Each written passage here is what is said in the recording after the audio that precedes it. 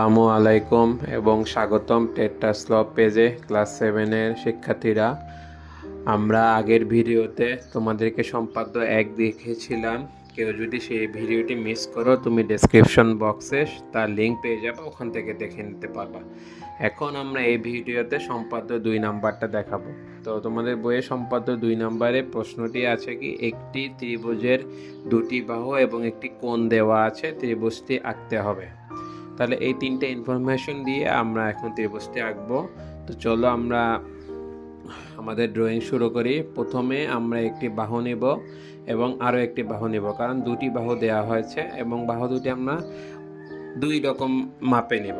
এবার যে কোনো একটা কোণ নিব, কোনো নির্দিষ্ট মাপ নেই, যে কোনো একটা কোণ নিলাম। এবার একটা বড় বাহু নিব, যেখানে আমরা আমাদের প্রধান ত্রিভুজটি আঁকবো। এবার আমাদের যে বাহুগুলো দেয়া আছে এদের আমি নামকরণ করে দেই। একটি হলো এ, একটি বি এবং কোণটাকে দেই এক্স, কারণ নর্মালি আমরা কোণগুলোকে এক্স এবং ওয়াই দিয়েই নামকরণ করি, এই জন্য এক্স দিলাম।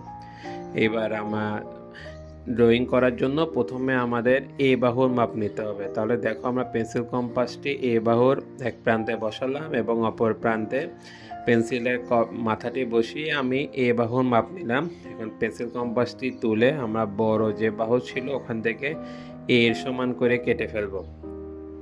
তার মানে আমাদের যে অংশটি এখন কাটা হলো সেটি এ মাপের সমান। তাহলে আমরা নাম দিয়ে ফেলতে পারি এ বি। যেটা আমি কেটে ফেললাম সেটা এ বি। কিসের থেকে কাটলাম? এ বি ডি থেকে। আর এই বাহুটির নাম হলো এ। এবার আমরা পরের ড্রয়িংয়ে যাচ্ছি।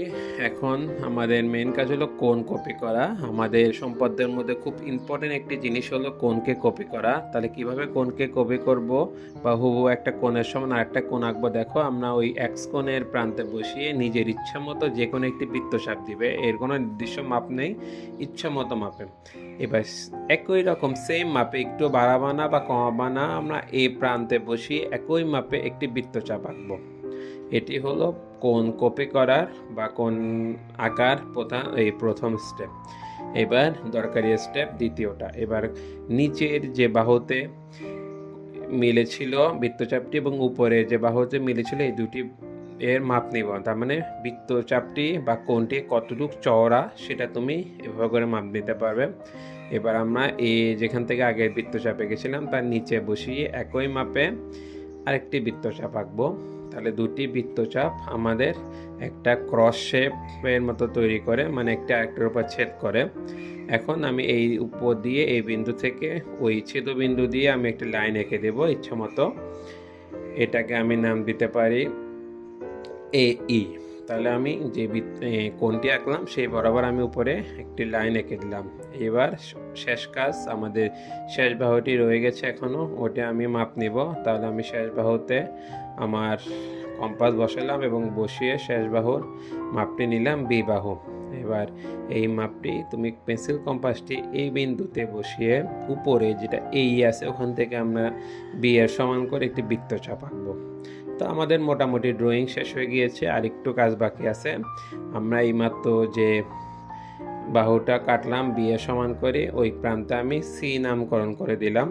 এবার সি এর সাথে বি কে যোগ করে দিলে আমাদের ত্রিভুজ চলে আসবে। এই যে এটি হলো আমাদের উদ্দিষ্ট ত্রিভুজ এ বি সি। তাহলে আমি এসি বাহুটা কেটেছিলাম বি এর মতো করে, আর নিচের কোণটি কেটেছিলাম এক্স এর মতো করে। ওগুলো লিখে দিব আমরা। তোমাদের বিবরণ দেওয়া আছে, ডেসক্রিপশন বক্সে দেওয়া থাকবে, এই ভিডিওতেও দেওয়া আছে, এখান থেকে দেখে তোমরা বিবরণ লিখে নিতে পারবা। সম্পাদ্যের জন্য কোনো প্রমাণ দরকার হয় না, শুধু বিশেষ নির্বাচন এবং অঙ্কনের বিবরণ। ধন্যবাদ সবাইকে। তোমরা বারবার চেষ্টা করবে, ইনশাল্লাহ আঁকতে পারবে।